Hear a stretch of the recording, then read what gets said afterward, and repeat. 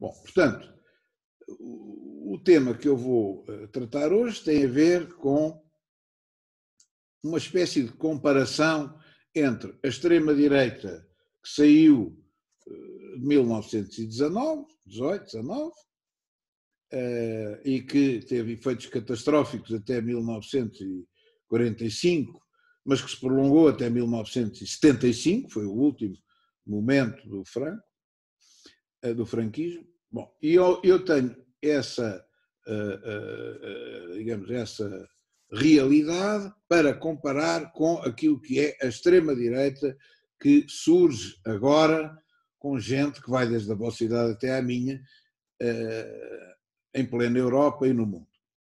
Obra que eu tenho sobre isto é o capítulo ponto 8.5 de As Portas de Dante.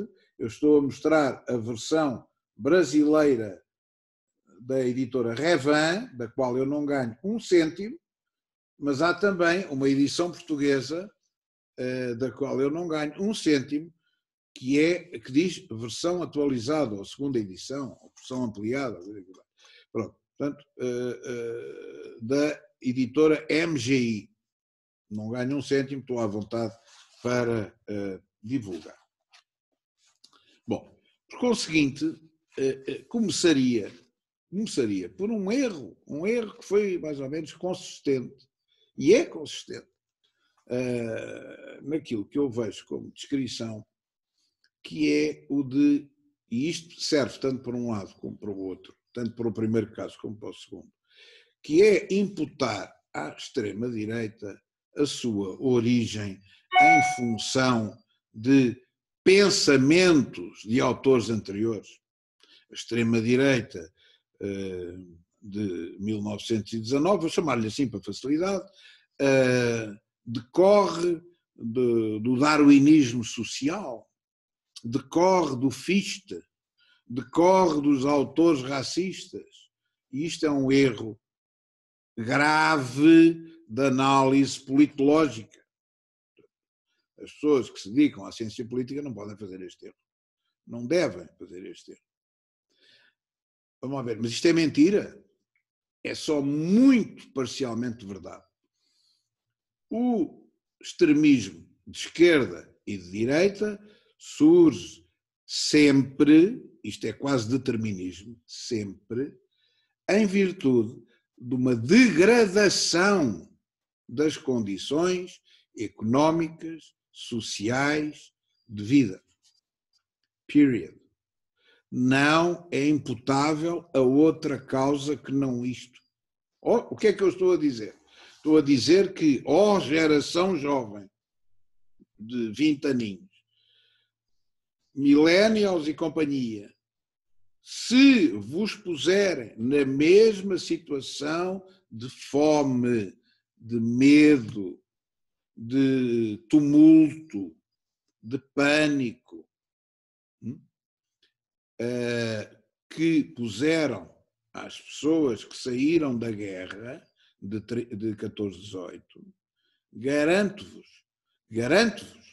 que muitos de vós apoiarão o extremismo de esquerda e o extremismo de direita.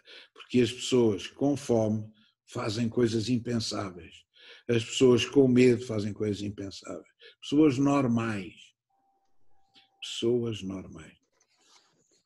Isto já foi estudado uma vez, chamado A Multidão Criminosa, por um senhor chamado Gustave Le Bon. Como é que pessoas, todas elas simples e cidadãs vulgares, que não fazem mal a uma mosca, em certas circunstâncias, se tornam numa mole, num todo assassino.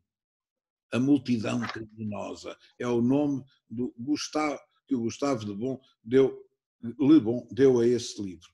Vale a pena ler. É o primórdio da psicologia coletiva. Ou seja, as pessoas, quando estão a ser muito calcadas, muito espezinhadas, muito exploradas, acabam por reagir de uma forma explosiva, sobretudo se o ambiente for de liberdade. Provavelmente na China não vai acontecer isto, porque Há uma ditadura férrea organizada para evitar que isto exista. Quando aconteceu na URSS, o que aconteceu? O extremismo foi sufocado. A Primavera de Praga, que iria conduzir inexoravelmente a um tão-balalão no sentido contrário, foi completamente sufocado pelos tanques do Pacto de Varsóvia. Ou quando as manifestações de direita se fizeram som de tiro na Venezuela, o governo resolveu sufocá-las, não é? O Sr. Maduro e companhia, da forma mais brutal. Isto acontece, portanto, em regimes onde o poder é tolerante ou não existe poder, numa situação de caos, onde não existe poder organizado, onde não existe capacidade repressiva. Foi o que aconteceu bastante depois da guerra de 14-18. E, portanto, nesse ambiente liberal, nesse ambiente de algum lacismo de intervenção do Estado, o Estado era liberal, laissez-faire, laissez-passer, foi o sítio ideal para deixar germinar, quer o esquerdismo, quer também andou nas ruas a fazer revoluções ou tentativas, quer a esquerda marxista, leninista e anarquista, quer a extrema-direita, e acabou por se tornar vitoriosa a extrema-direita. A extrema-direita foi apoiada, dizem, foi apoiada por latifundiários que estavam a ser prejudicados. É verdade, mas foi sobretudo, apoiada pela pequena burguesia urbana. Não tenho a menor dúvida disto. Gente igual a toda a gente. Gente igual a toda a gente. Não eram OVNI, não eram extraterrestres. Era gente igual a toda a gente com fome, gente igual a toda a gente com desemprego, gente igual a toda a gente com miséria, gente igual a toda a gente sem futuro. As pessoas revoltam-se.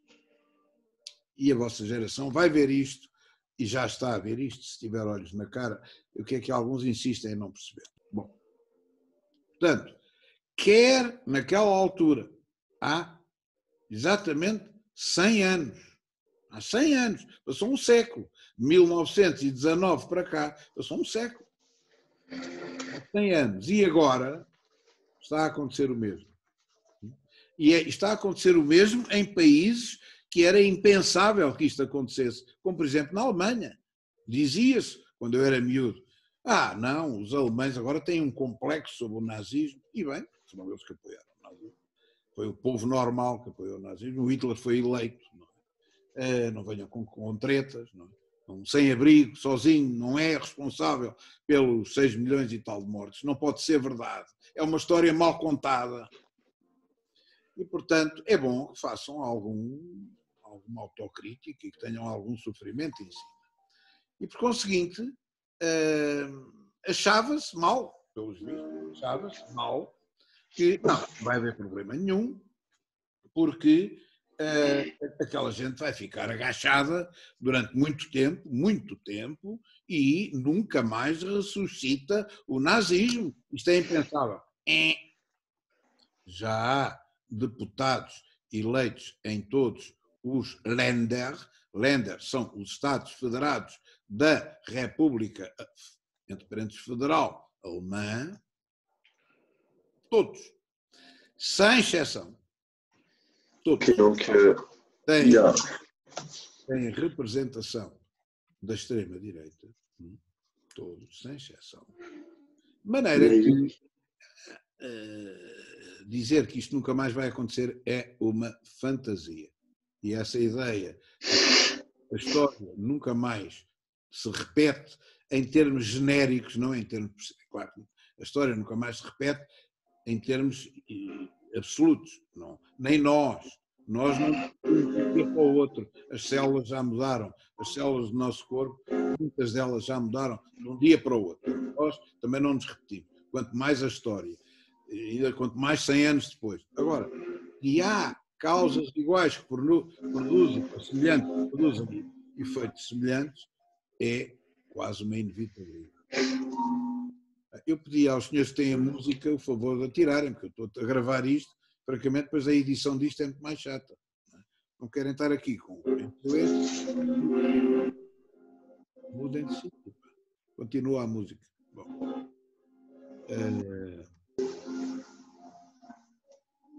De maneira que fica sublinhada a ideia de que aquilo que é fundamental é dar a prioridade à causa da pobreza económica, social, à degradação das causas económicas e sociais. Essa é que é a causa. Esse é que é o fundamento primeiro e não outro. Agora, os autores que dão soluções para desencadear um movimento de massas com uma certa orientação ideológica são causas secundárias. Isso com certeza. Como é que o Hitler propôs no Mein Kampf a sua avançada? Temos aqui 2 graves problemas que temos que exterminar. Os judeus, que são a causa desta desgraça toda, e os comunistas.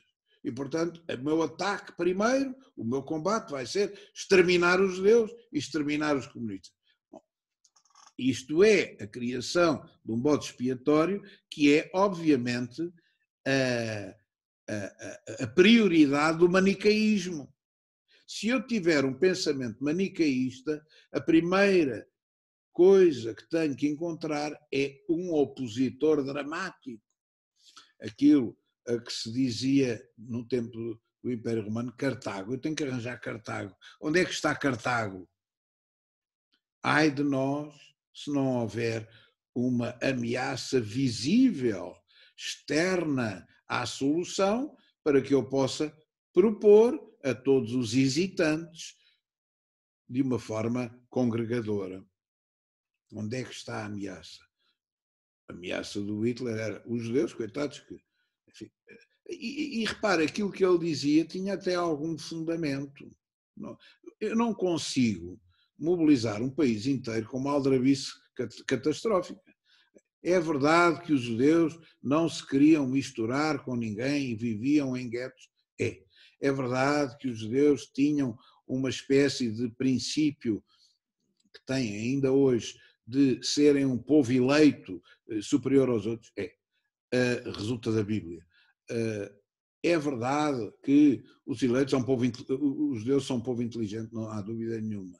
É verdade que os judeus controlam a banca, e controlam riquezas tipo pedras preciosas e tudo. Claro, eles tinham que fugir de um lado para o outro e, portanto, criaram uma rede financeira de valor acrescentado internacional com a família, com base no parentesco, com base na religião.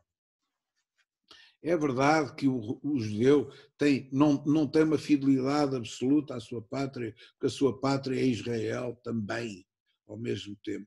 Mas não é o único. Vamos perguntar aos turcos europeus que nasceram na Europa se eles são turcos ou são só europeus. Se calhar vamos ter uma surpresa.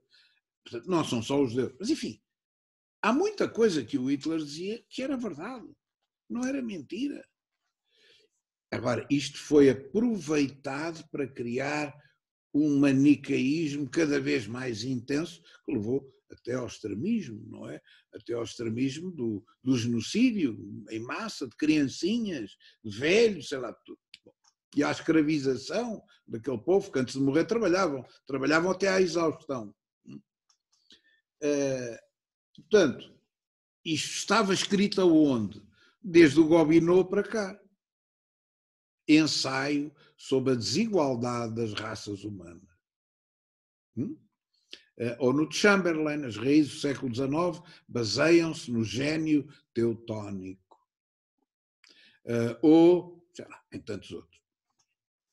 De maneira que no Rosenberg, por exemplo, que é o grande teórico do nazismo, portanto, eu diria que isso é uma causa, mas é uma causa supletiva, é uma causa secundária. Primeiro é preciso existirem as condições económicas e sociais de desespero coletivo, de desespero social e económico, para que possam vingar os arautos das grandes soluções extremistas, de um lado e do outro. Era preciso que a Rússia tivesse chegado à degradação total a que chegou com durante a guerra, com miséria, fome, derrota, deserções em massa, as Forças Armadas a atirarem sobre os manifestantes. O que é isto? O czar a fugir para dentro de um quartel com a família real para não lhe tocarem. A revolução falhada, miserável do Kerensky, que não resolveu nada, só criou mais problemas. É preciso desesperar. O que é desesperar? É perder a esperança. Desesperar. É perder a esperança. O povo perdeu a esperança. Já nem com o Kerensky lá vai. Isto já não vai lá com maneira nenhuma. Antes era o outro, agora é este. Epá, que se lixe qualquer coisa. Tirem-nos daqui. É aqui que bate. E isto vai-se repetir. E isto está-se a repetir. Isto está-se a repetir. Porquê também? Outra causa secreta. Só houve um senhor aluno de ciência política que me tocou. Pena, que eu estou à espera de mais. Isto é gente que vai ser quadros de partidos políticos. É pouco. Há outro aspecto fundamental que está resumido numa frase do célebre Burke. Para que o mal vença, é preciso que as pessoas de bem não façam nada. Não se esqueçam disto. Para que o mal triunfe, só é preciso que as pessoas de bem não façam nada. Bom, claro que esta ideia de que há mal e pessoas de bem é manicaísta, mas tem muito de verdade isto. Quem são já os responsáveis da extrema-direita que cresce em toda a Europa e no mundo? Os atuais governantes moderados, as pessoas, entre aspas, de bem, que em vez de olharem para esta choldra que criaram, que este admirável mundo novo, esta magnífica globalização, que prejudica muita gente, que faz desesperar muita gente, em benefício da concentração do capital financeiro numa minoria cada vez menor. Vejam as estatísticas. Vejam quanto, reparem bem, a oligarquia de 100 famílias tem muito mais PIB do que os 50% mais pobres da humanidade inteira. Nunca houve isto. Nunca houve isto. E nós, eu estou à vontade porque eu não faço parte do centro, mas o que é facto é que o dito centro que tomou conta disto, ainda está a governar isto, o centro que é a rotação autorizada pelos oligarcas que mandam no mundo, que é aquilo que o capital financeiro quer, um partido à esquerda, um partido à direita no centro, para poderem rodar, para enganar as pessoas, que são cada vez menos as que votam, 50% cada vez menos. Porque as pessoas não são estúpidas, podem ser analfabetas, podem ser incultas, mas não são estúpidas. Já perceberam que é mais do mesmo, que roda. E o que é facto é que essa grande solução oligárquica vem prejudicando cada vez mais aquilo que é o cidadão médio pobre, a pequena burguesia, a pequena classe média, o pequeno artesanato que vai falir agora, os donos dos restaurantes, de que 2/3 já não vão abrir, que vão falir famílias inteiras que tinham o seu pequeno negócio de restauração. Ao mesmo tempo que, com os vossos impostos, o governo acaba de dar mais uma tranche de 850 milhões de euros para injetar num banco falido, que faliu por má fé. 850 milhões dos impostos das pessoas. De onde é que veio o dinheiro do Estado? O Estado não é uma senhora gorda cheia de massa.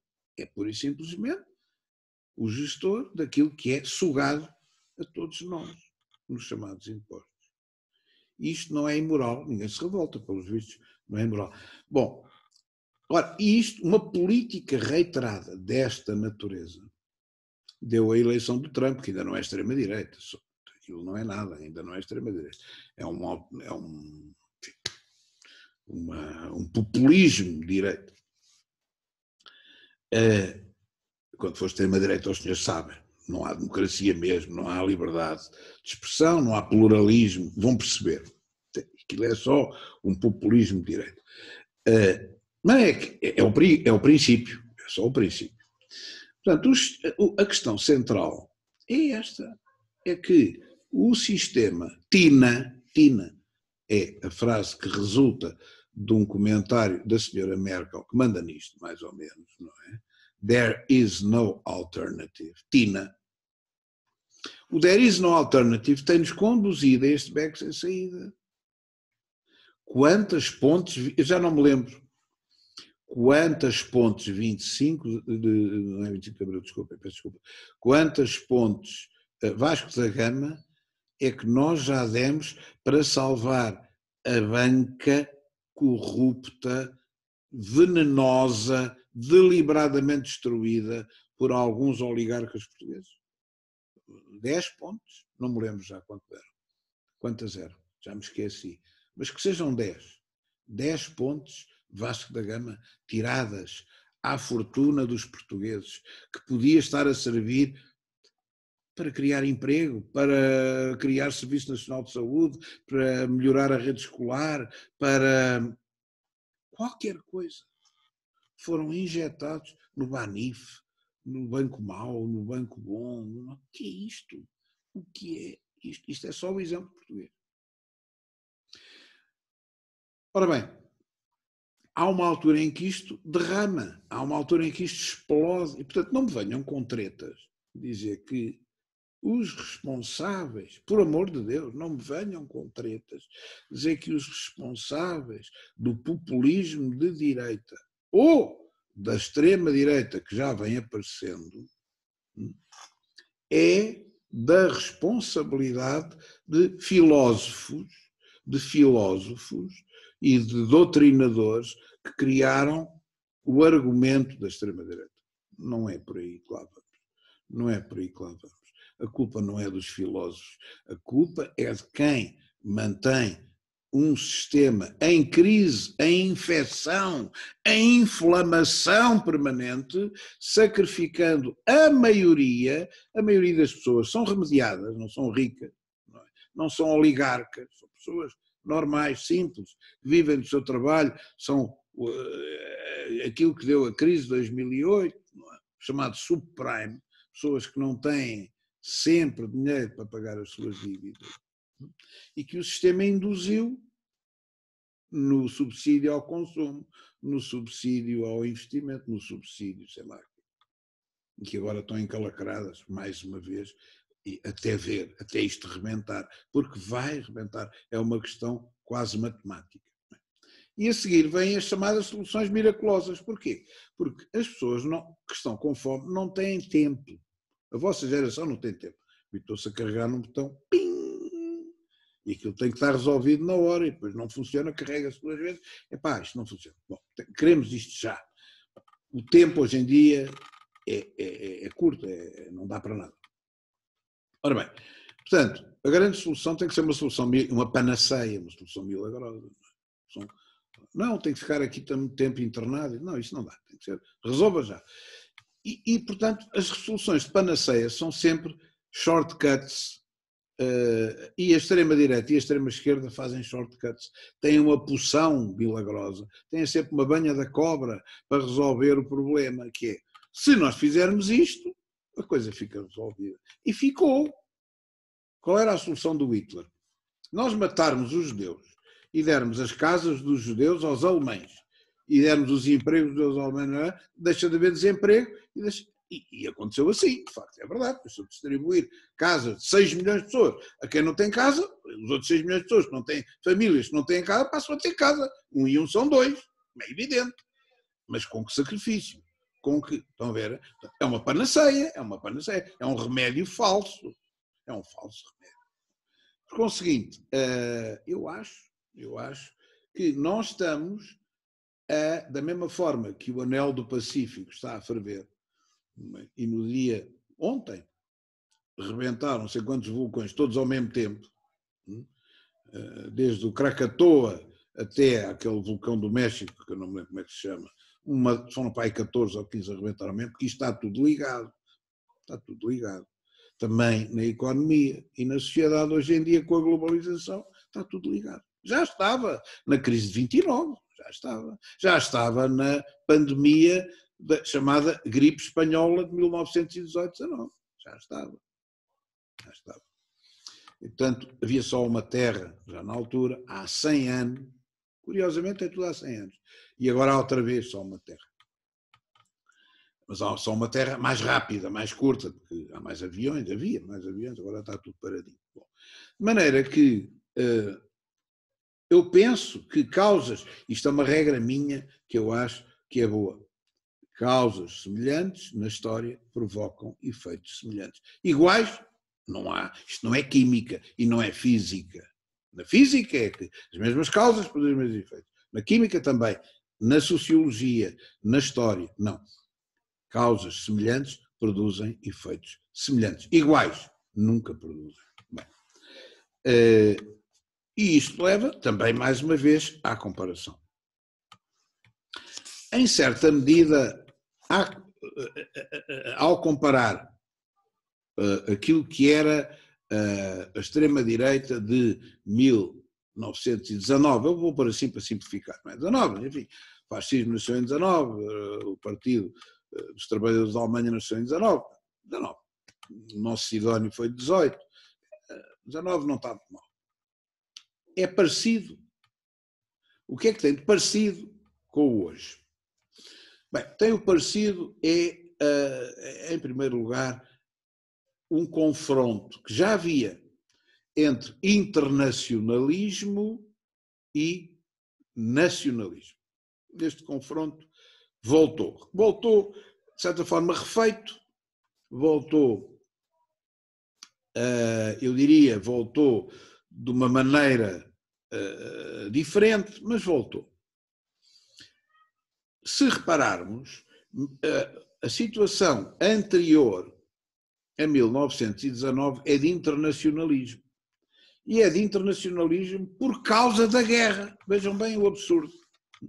Quer dizer, o internacionalismo jurídico vem da Conferência de Berlim e daquela coisa de criar um G,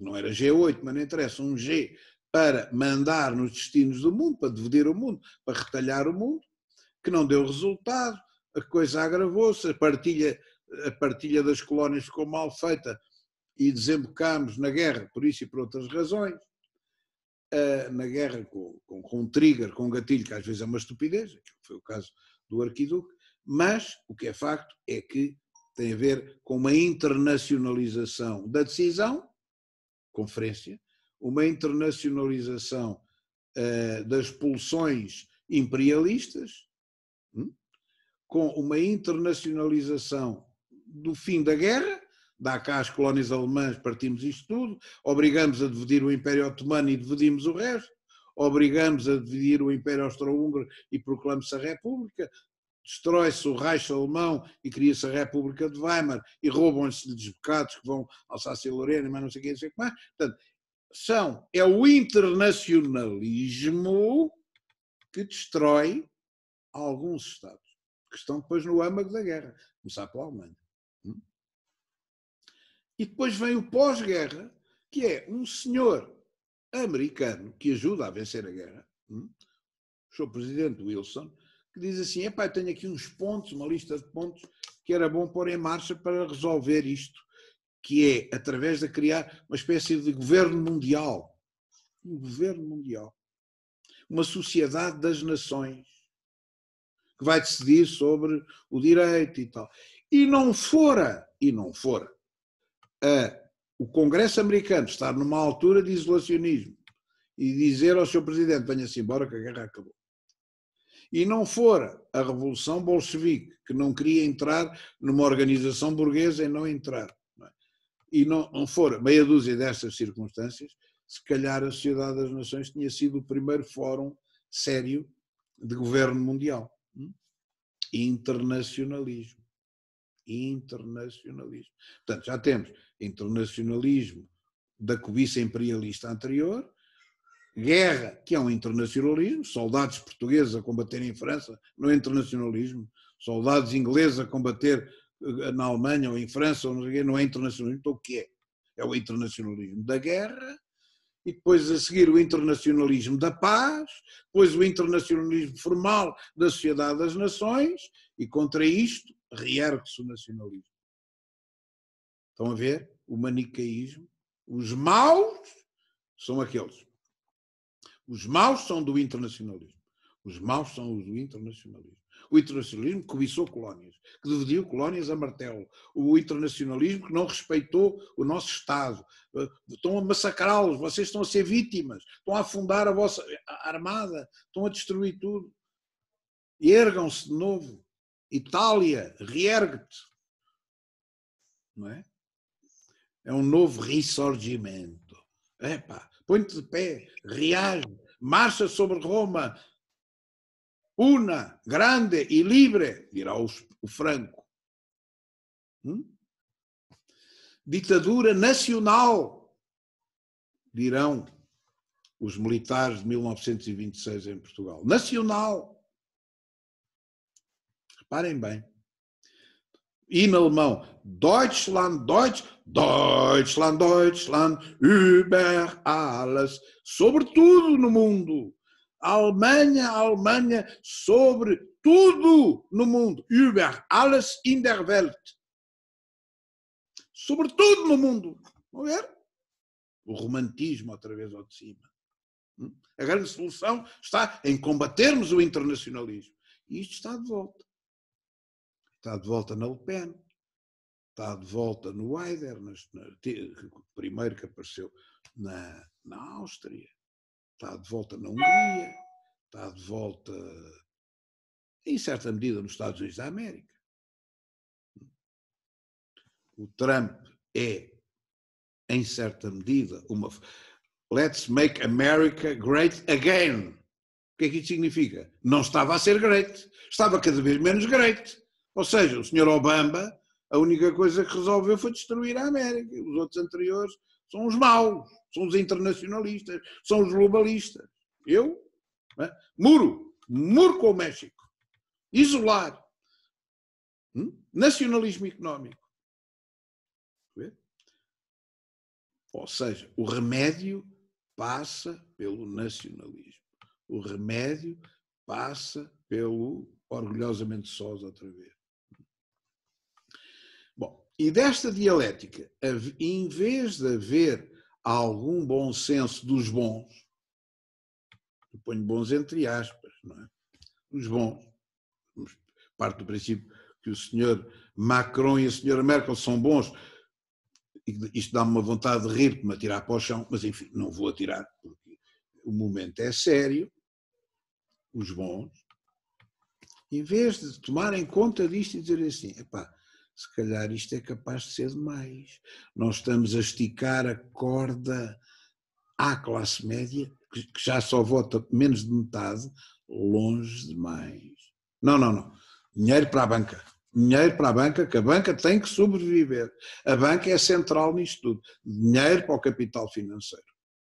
Mas olha que a classe média vai viver muito mal nos próximos anos. Não, dinheiro para a banca. A prioridade é salvar a banca, salvar o Deutsche Bank. Se o Deutsche Bank rebenta, rebentamos nós. Salvar a banca do sul da Itália. Salvar a banca. Espera lá. Mas olha que esta gente está aqui. Não estão a ouvir. Não estão a ouvir. É o Titanic, que já bateu no iceberg, mas os tipos continuam a dançar. Também aconteceu. Barque. Para que o mal triunfe, só é preciso que os bons não façam nada. Bem, e os bons, que são os bons da malta do centro, moi, je ne suis pas, mas não faz mal, não é isso que está em causa, continuam a não ouvir os gritos da extrema-direita.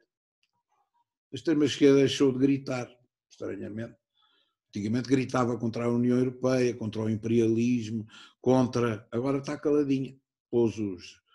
A única coisa que grita neste momento são os ecologistas, contra o G7 e contra o G20. Os únicos que gritam são os ecologistas.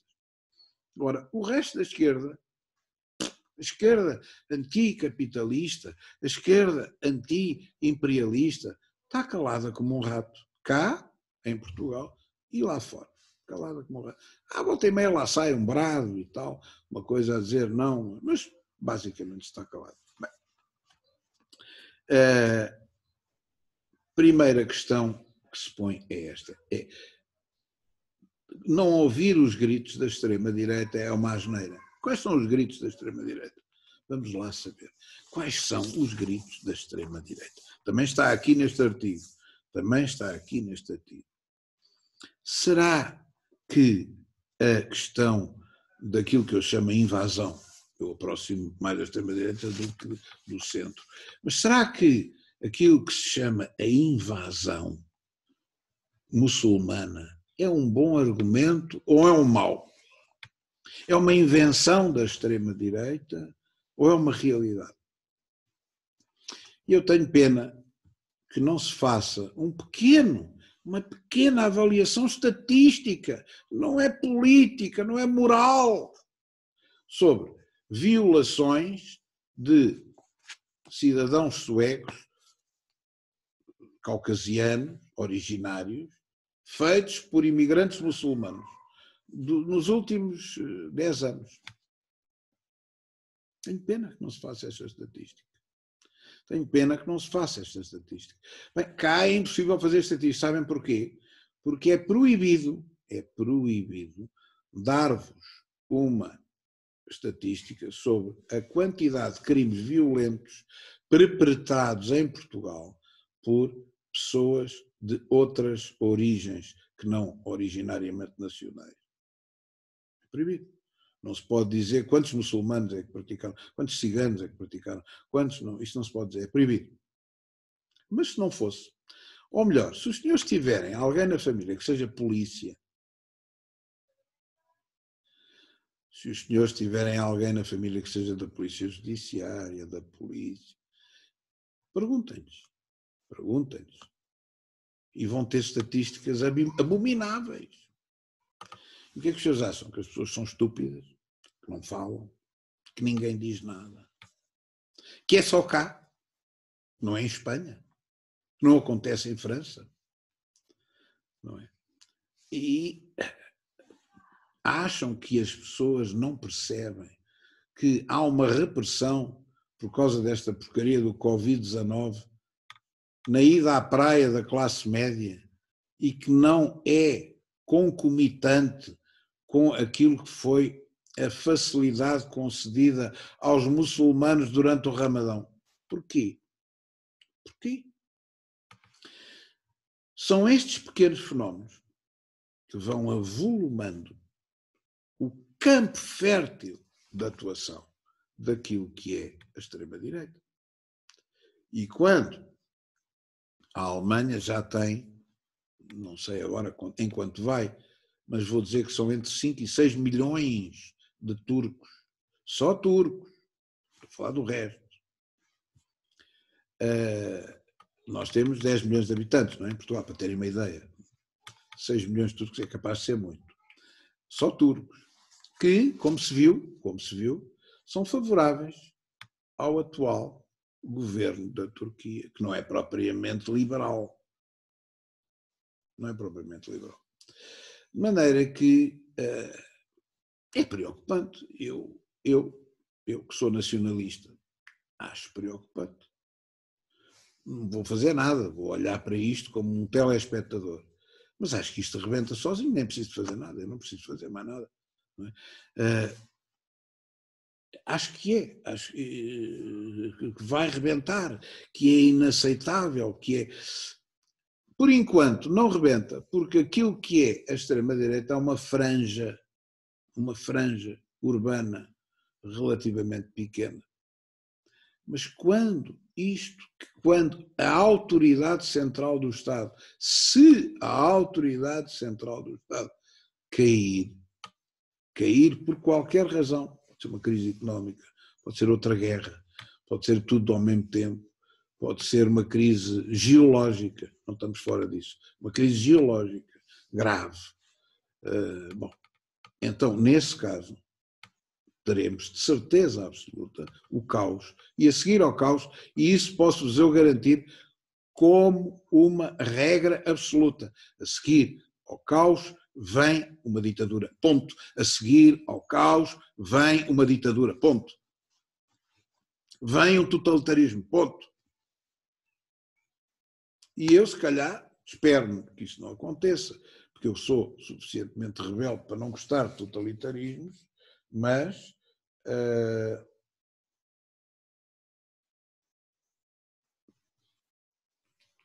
peço desculpa, mas tenho que responder aqui a uma pergunta fundamental.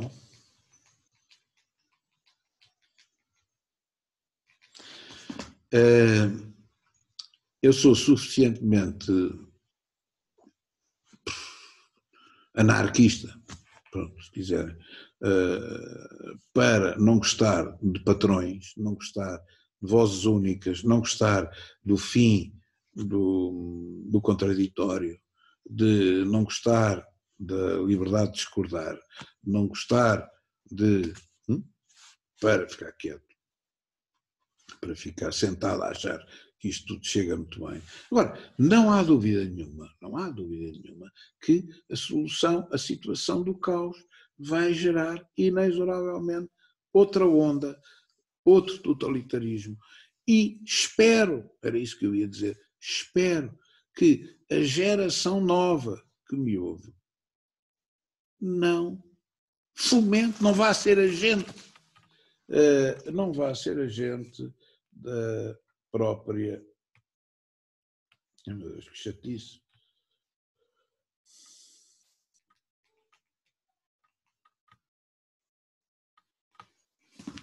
Não vá ser agente, não vá apoiar esse novo totalitarismo. Temo que sim. E porquê é que temo que sim? Temo que sim porque o medo e isto já houve um cheirinho agora, e a incapacidade de sobrevivência da maioria das pessoas é fatal. Fatal. Hoje em dia, a vossa geração não sabe fazer nada fora dos botões.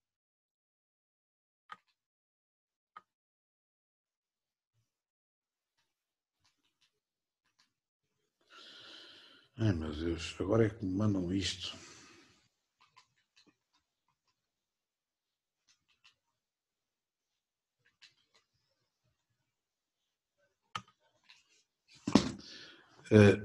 A nova geração, infelizmente, não sabe orientar-se pelo sol, como eu, ou pelas estrelas. Eu ainda aprendi isto. Na Universidade Portuguesa era obrigatório. Não havia telemóveis, não havia nada. A gente tinha que se orientar à noite de qualquer maneira. E esta dependência da tecnologia e esta dependência de tudo, em que ninguém sabe produzir nada, não é? Em que ninguém é autossuficiente, em que a sociedade é cada vez mais urbanizada, em que os vossos governos, aquilo que fazem é despovoar cada vez mais o interior, transformá-los em asilos, num arquipélago de gulag, de asilos, de vilas moribundas, para colonizar uma faixa litoral que vai da fronteira norte até ao Algarve. Isto acontece em todo lado. E acontece em Espanha, acontece em todo lado, em Itália. Isto, obviamente, vai criar pessoas cada vez mais dependentes, porque Lisboa não é autossuficiente, o Porto também não, Aveiro também não, o Algarve também não. E quando o caos se atirar para cima de todos nós, os que vivem em Lisboa vão sentir, não se esqueçam disto, depois do terremoto de 1755, umas semanas depois, talvez uns meses depois, havia canibalismo na cidade de Lisboa. Canibalismo. uma cidade que era uma cidade esplendorosa, de comércio, de internacionalismo. Como é que by the way, como é que se resolveu a crise do terremoto?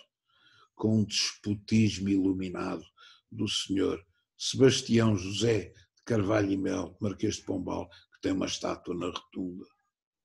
Uma autocracia férrea. Matou os jesuítas que lhe faziam frente. Matou a nobreza que lhe fazia frente, o Duque de Aveiro, os Távoras foram massacrados na cidade de Lisboa, um despotismo completo. A seguir a uma situação de caos, vem um governo. E este foi um caos regional. O terremoto de Lisboa não foi no mundo inteiro. Agora imaginem isto com uma coisa geral. Portanto, a lógica nacionalista é um compasso de espera idêntico àquele que foi o compasso de espera que deu origem aos extremismos de direita a partir de 19. Utilizo o ano 19 como facilidade. Não foi só em 19, foi ao longo do tempo. Depois, há coisas que são completamente diferentes. Desde logo, a coreografia. O que é que mudou na extrema-direita? A coreografia. A coreografia da extrema-direita de fascismo, nazismo, franquismo, salazarismo, do name it, pelo rechismo na Bélgica, etc., era toda ela militar. Se repararem, tudo o que era organizações de juventude, organizações femininas, organizações civis, era tudo militarizado. Tudo fardado. Tudo organizado segundo uma lógica militar. Era sempre a falange, era sempre estas milícias, esta ideia miliciana veio da esquerda, curiosamente. Quem tinha isto era o Partido Comunista, que veio da Revolução, no fim e ao cabo. Mas o que é facto é que, tendo nascido na esquerda, tendo o fascismo nascido na esquerda, por via do próprio Mussolini, que era dirigente do Partido Socialista, tendo o próprio Hitler assumido uma lógica de esquerda nacional, socialismo, esta ideia acompanhou os movimentos de extrema-direita da leva de 1919. Isto desapareceu. Hoje em dia não vê ninguém fardado. Não há, tirando umas minorias pequeníssimas de gente mais ou menos fardada e mau, nos Estados Unidos há, por acaso, mas é raro. A maior parte da extrema-direita não anda de farda. Não anda de farda, não organiza milícias, isso não existe. Bom, de maneira que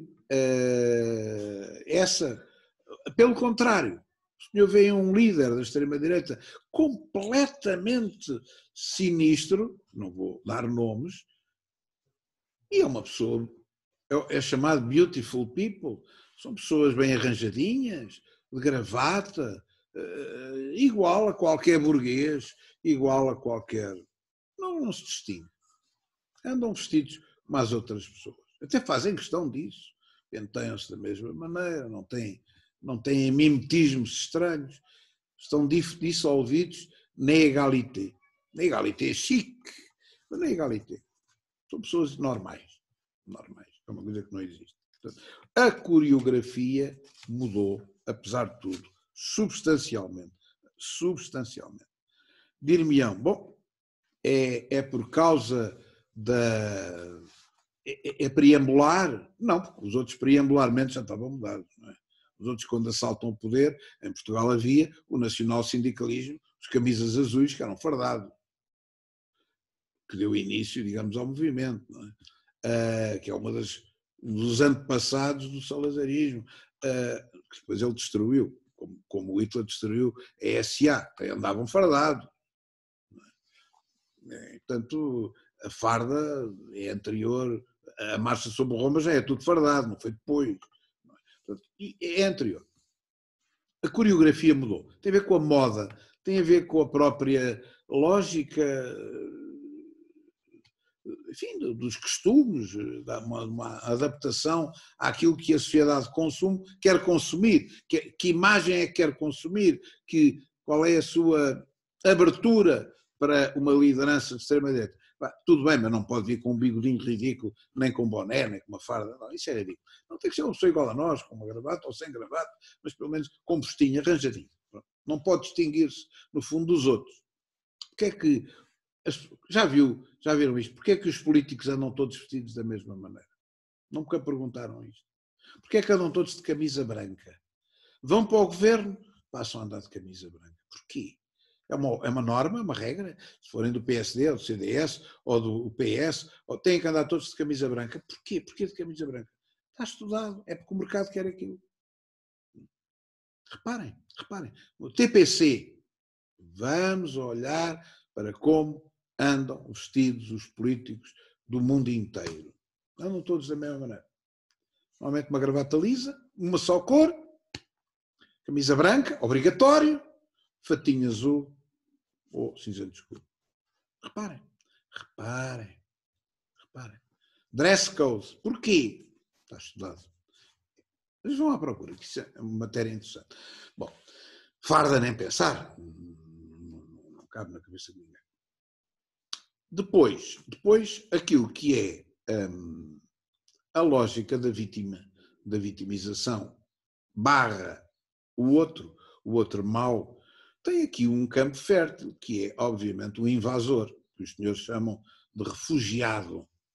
Eu gosto muito da palavra refugiado aplicada a tudo, porque o tipo que vem de Marrocos vem-se refugiar do quê? Não há guerra em Marrocos.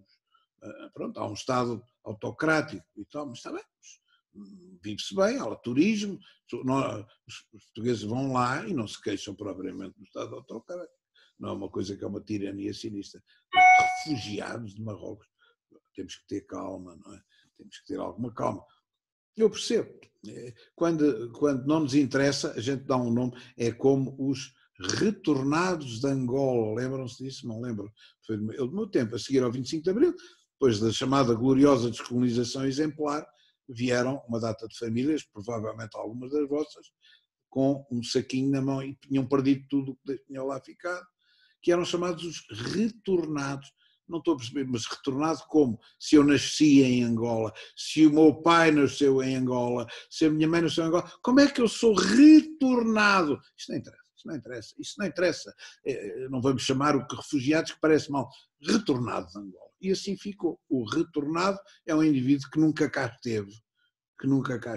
Retornou sem nunca cá ter estado. Isto é a forma da linguagem política, do politicamente correto, da aceitação. Que é igual, refugiados, para serem coitadinhos, coitadinho do refugiado, não é? Para serem coitadinhos. Os refugiados são, muitos deles, migrantes económicos, que querem fazer vida cá, porque isto é melhor do que a terra deles.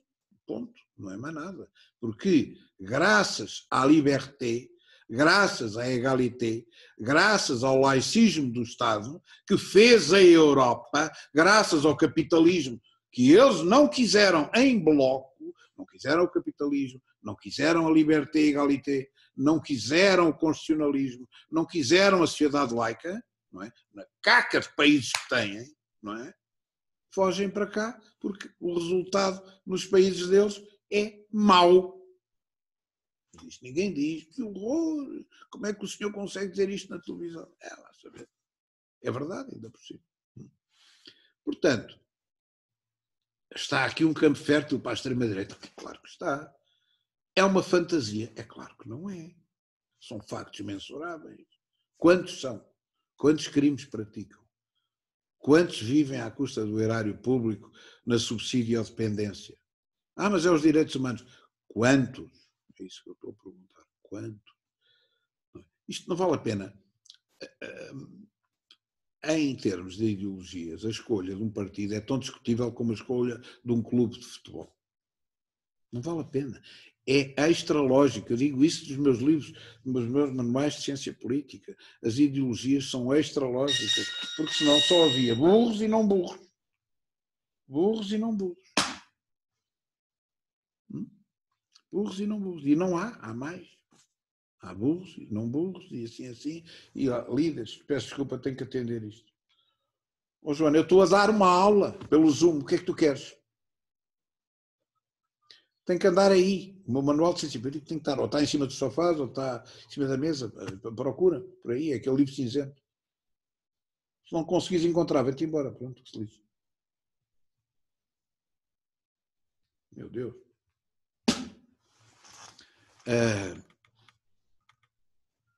Portanto, aquilo que é a escolha do partido não tem lógica. Porquê é que o senhor é do Sporting? Porquê? Eu sou do Sporting. Qual é a lógica de ser do Sporting? Um partido, uma coisa que nunca ganha, leva na touca, está falido, andam sempre a matar os líderes e os treinadores. Porquê? Qual é a lógica de ser do Sporting? Porquê é que há tanta gente do Sporting? Não tem lógica. Ou é do Tirsense, ou é do... A ver. É muito parecido com isto da política. É muito parecido com isto da política. Portanto, às tantas não tem lógica. Não tem lógica, não tem. Sou de coisas que sempre fui, gosto, faço o que acontecer. Há pessoas assim, há o núcleo duro dos partidos é constituído de pessoas por benfiquistas, por sportinguistas, entre aspas, por portistas, entre aspas, dos clubes. Faça o que o meu partido fizer, eu não saio do Partido Socialista, eu não saio do PSD sempre, Benfica sempre. Mas porquê? Nem que façam cagadas de monte. Sim, estou cá para sofrer e para continuar esta porcaria. Isto não é lógico, é sentimental. Isto não é lógico. Tem a ver com a lógica, tem a ver com o romantismo, tem a ver com pensar com os sentimentos. Portanto, há sempre um terço da sociedade, roughly, que gosta da direita e dos valores da direita, e um terço que gosta dos valores da esquerda porque sim, porque o meu pai já era, porque perseguiram a minha avó, porque roubaram não sei o quê. Há sempre uma razão qualquer, sentimental, que depois a gente acaba por ter que justificar pela lógica. Mas no fim, in the end, não faz sentido. Pronto. É porque sim. Pronto, é como aos clubes, é porque sim. De maneira que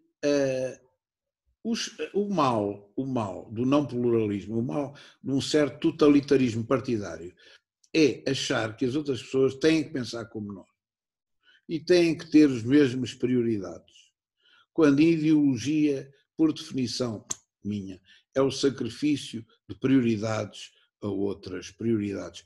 Mais, é o sacrifício não demonstrável de prioridades a outras prioridades. Eu cá, para mim, prefiro isto àquilo. Mas porquê? Porque sim. E sendo a ideologia isto, sacrifício de prioridades a outras prioridades, indemonstrável ainda por cima, nós, numa sociedade aberta, a querer construir uma sociedade e eu gosto disto muito, contraditório, temos que, não é aderir ao inimigo, aderir ao adversário, isso não, mas é compreender o adversário, não é dar razão ao adversário e dizer assim, o que é que move aquela gente? O que é que move aquele movimento que circunstancialmente se torna maioritário? É a segurança, a família, a propriedade privada.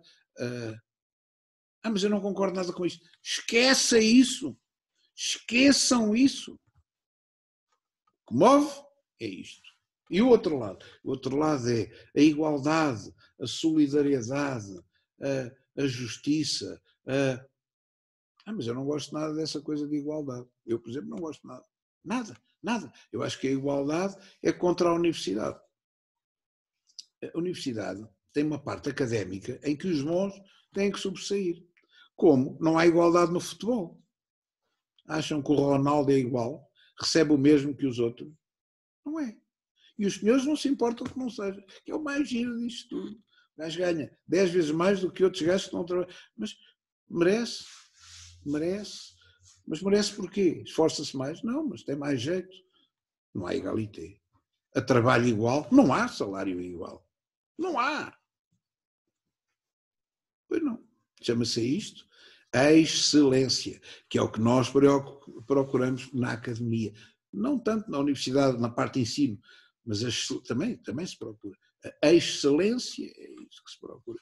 A excelência é por definição desigual, única, exclusiva. Os músicos não são todos iguais. Os pintores não são todos iguais. Helas. O mundo é feito de desigualdade. Bem, mas reparem, há uns que sobrevalorizam a desigualdade e outros sobrevalorizam a igualdade. Isto não tem demonstração. Isto não tem demonstração. Tem análise, tem hipótese da gente dizer X%, mas mais que isso não. Ora, eu tenho que tentar compreender o outro para evitar uma deslocação, se eu não quero que se desloque, do centro pendular, é o tal terço que muda, o shift que muda, que às vezes é muito menos que um terço, para o outro lado, porque em alturas críticas ele vai se associar à esquerda ou à direita. Ele vai se associar para um lado ou para o outro. E é isto que acontece. Por isso é que o Hitler ganhou as eleições. Não foi só com o partido dele. Ele ganhou as eleições para ser eleito chanceler. De maneira que temos que ter cuidado com este tipo de juízos primários que se fazem sobre o adversário, sobre o outro, não é? Isto é uma estupidez. Não, uma estupidez para mim. Mas eu tenho que perceber que há benfiquistas. E os benfiquistas têm que perceber que há portistas. Que os portistas não pensam o mesmo que eles. E que é útil que haja benfiquistas e portistas. É útil. Quer ao Benfica sozinho. Olha, campeonato nacional, equipa única, Benfica. É uma chatice. Tem que haver alternativa. Bom, depois a questão central é outra. É que a implementar, por exemplo, vou pegar no mesmo exemplo, a ameaça para a direita da invasão, cada vez entra mais gente. A taxa de reprodução deles, como disse o senhor Gaddafi, Alá deu-nos a Europa. É uma questão de tempo. A taxa de reprodução de nós é muito superior à dos infiéis. Vai pôr em causa inexoravelmente o futuro da Europa que eu, queremos. Que é a Europa do progresso, que é a Europa do respeito, que é a Europa da igualdade entre homens e mulheres, que é a Europa... Isso vai desaparecer. Não é? Não é por acaso que num tribunal islamita o parecer de um homem só é equivalente ao parecer de duas mulheres. Uma testemunha masculina precisa de duas testemunhas femininas para contrariar, isto é, para equilibrar, ser igual, duas contra um, lei da Sharia. Ui, pois é. O Islão significa submissão. Os senhores estão disponíveis para isso, a vossa geração, de rezar 5 vezes por dia, submissão, desigualdade estatutária entre homens e mulheres, é isso que querem. Mas é isso que vai acontecer. É isso que vai acontecer, por força inexorável dos factos, não é? Vejam nos países do norte da Europa, veja a França já tem zonas que estão absolutamente controladas por eles. O senhor é fascista. Não, esqueçam isso. Não é verdade, mas não interessa. Esqueçam isso. Não é. Ponham isto em termos de longo prazo. Ou seja, lá se vai a luta toda pela liberdade, a luta toda pelo constitucionalismo, a luta toda pelo Estado de Direito, a luta toda pela igualdade. O que é isto? É isto que vocês querem? Eu não quero. E a extrema-direita pega nesta bandeira e sabe que a classe média também não quer.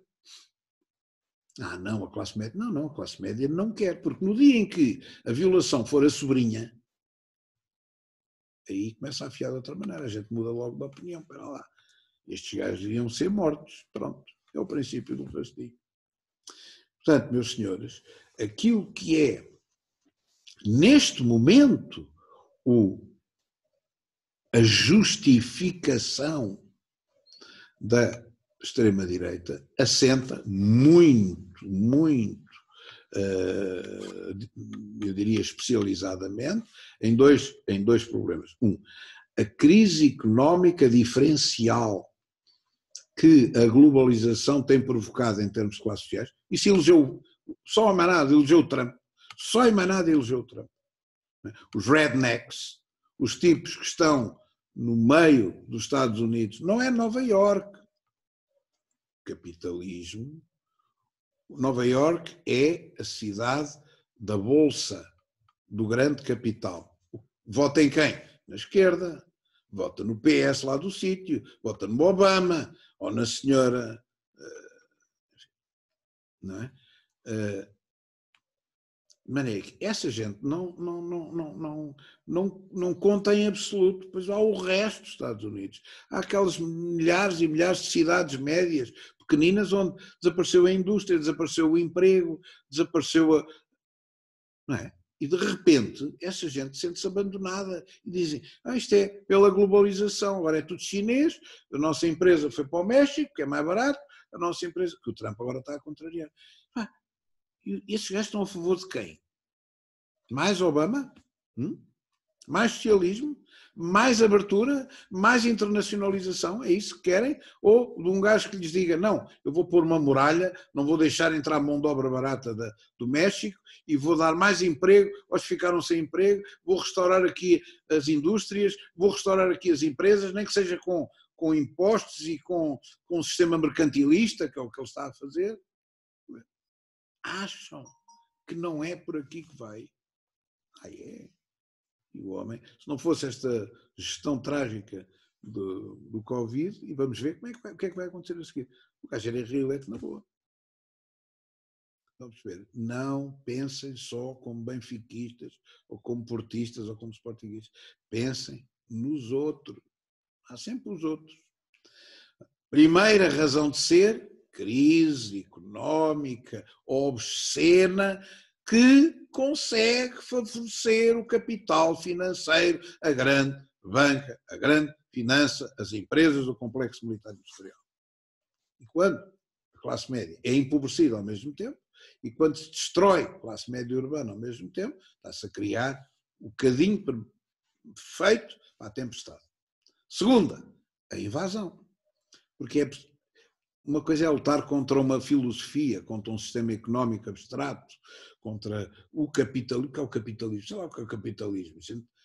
As pessoas não vivem de filosofia, vivem de objetos, olha aquilo, a fronteira, o muro, o não sei o que mais.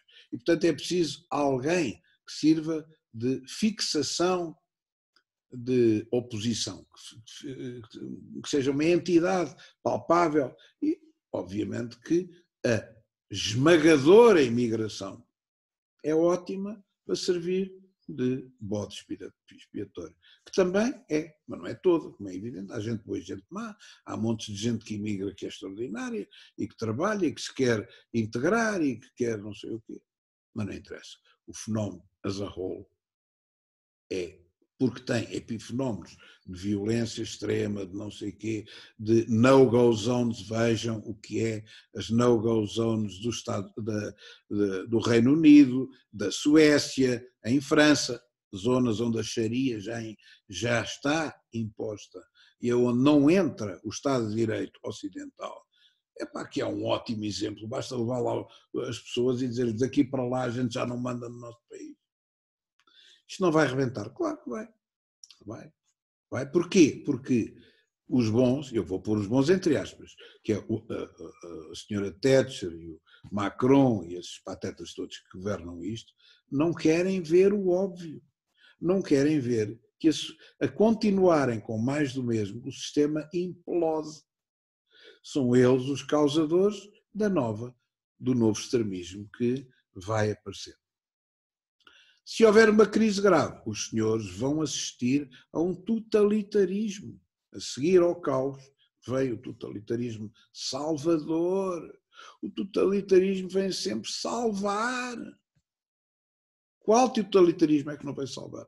O Mao Tse-tung veio salvar a China do imperialismo, veio salvar a China dos japoneses, veio salvar a China do capitalismo.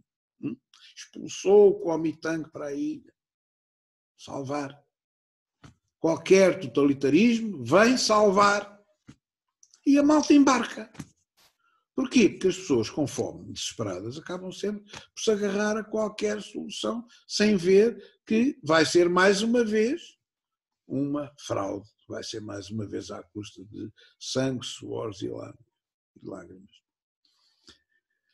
Portanto, meus senhores, eu acho que a nova extrema-direita ainda é preambular, nós estamos na fase preambular da extrema-direita. É uma extrema-direita que se aconchega ao parlamentarismo, se aconchega à rotação, assim como o comunismo europeu, eurocomunismo, se aconchegou ao sistema parlamentar. Durante a Guerra Fria, o Partido Comunista teve um Estado inteiramente na mão. Sabem quem foi? A República de São Marino. Várias vezes o Partido Comunista ganhou na República de São Marino. E instituiu um Estado soviético? Nunca. Ficou à espera das eleições, depois perdeu, depois vieram os liberais da direita, governaram, depois ganhou outra vez. Derrotou. Para quê? Porque estamos na fase preambular. Não era a altura de fazer um assalto ao poder num micro-estado no meio da Europa para toda a gente o apontar a dizer olha, agora tem a careca de fora. Estão a ver? Os gajos o que querem é tomar conta do poder tipo União Soviética. Malandros.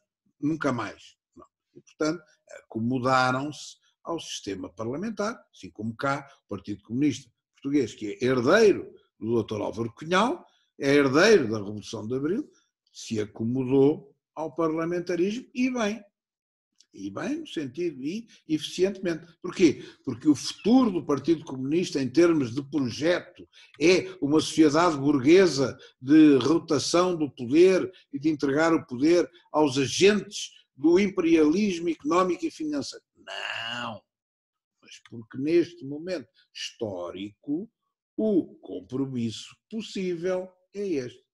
Teoria leninista dos compromissos que deviam ler no meu manual. Bom, por conseguinte, nem a extrema-direita quer um pluripartidarismo pequeno-burguês, nem a extrema-esquerda quer que saiamos da NATO, quer que saiamos da União Europeia, quer que saiamos do euro, mas para já aconchegam-se à circunstância. Para já, uns e outros aconchegam-se à circunstância. É um aconchegamento tático, mas é aquilo que é possível trazer. Portanto, neste momento, eu diria que a situação é uma situação preambular, mas há sintomas, sobretudo perante a iminência de uma crise, da possibilidade disto descambar, e eu não tenho a certeza que descambe só para um lado, tenho a certeza que descamba para um lado ou para o outro. Aqueles que acham que o comunismo morreu, aqueles que acham que o projeto comunista morreu, desiludam-se. Eu disse isto a membros do Partido Comunista, eu não estou a perceber. Vocês aguentaram, disse isto aí há 10 anos, vocês andaram até aqui a passar por clandestinidade e a levar porrada e torturas e não sei o que mais, com o ideal da bandeira comunista, e agora desistiram.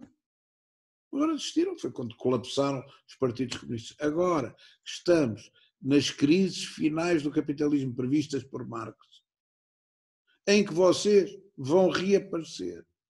Desistem. Isto de facto é uma história de malucos.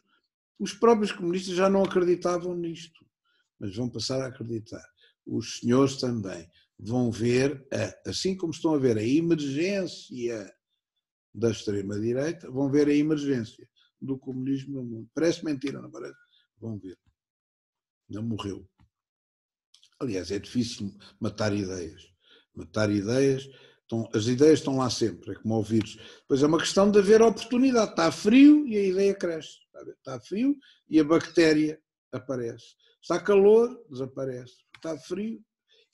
O que é que determina? É a bactéria ou é a conjuntura? Ou é o ambiente? É a conjuntura. E eu tenho pena que os meus alunos não queiram perceber isto. A causa nunca é prioritariamente económica. É uma espécie de mais uma parte. E o FIST e depois mais isto. E também havia ali uma crise qualquer. Não, pelo amor de Deus, isto não pode ser dito assim. Isto é uma leitura anti-histórica. Anti-histórica. Pronto, não os maço mais. Isto está razoavelmente tratado neste meu livro, volto a dizer, Portas de Dante, onde está o caso sueco e outras, e o caso das no-go zones em evidência, como case study, e portanto é fácil de perceber o que é que eu quero dizer. A Suécia, porquê? Porquê a Suécia? Porque era o apogeu do Estado Social-Democrata. É o apogeu do Estado que deu origem, que surgiu como alternativa no pós-guerra ao liberalismo, ao laissez-faire ou a outras soluções. Ou ao comunismo geopolítico, ao socialismo do segundo mundo, do Pacto de Varsóvia. Não, vamos aqui arranjar um híbrido que seja suficientemente socialista para as pessoas quererem isto, mas suficientemente liberal para o capital financeiro sobreviver e para a liberdade de sobreviver. O apogeu disto chamava-se Suécia. É exatamente na Suécia o exemplo que eu vou buscar, porque foi para a Suécia que os antípodas emigraram, os antípodas do antissistema, quer à direita, quer à esquerda. É um bom exemplo. Bom, e fico por aqui e estou à vossa disposição para quaisquer perguntas. E vou cortar a gravação, que é para... Como é que está isto? Pá?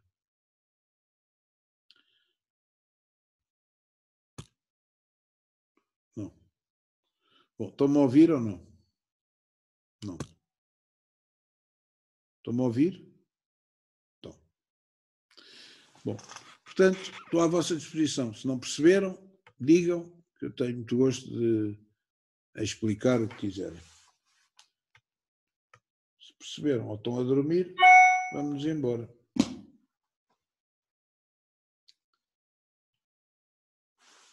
Estou?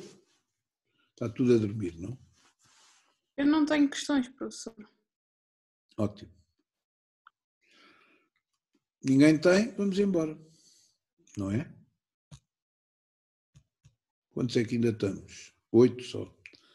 Bem, então se ninguém tem, podemos ir embora, não é?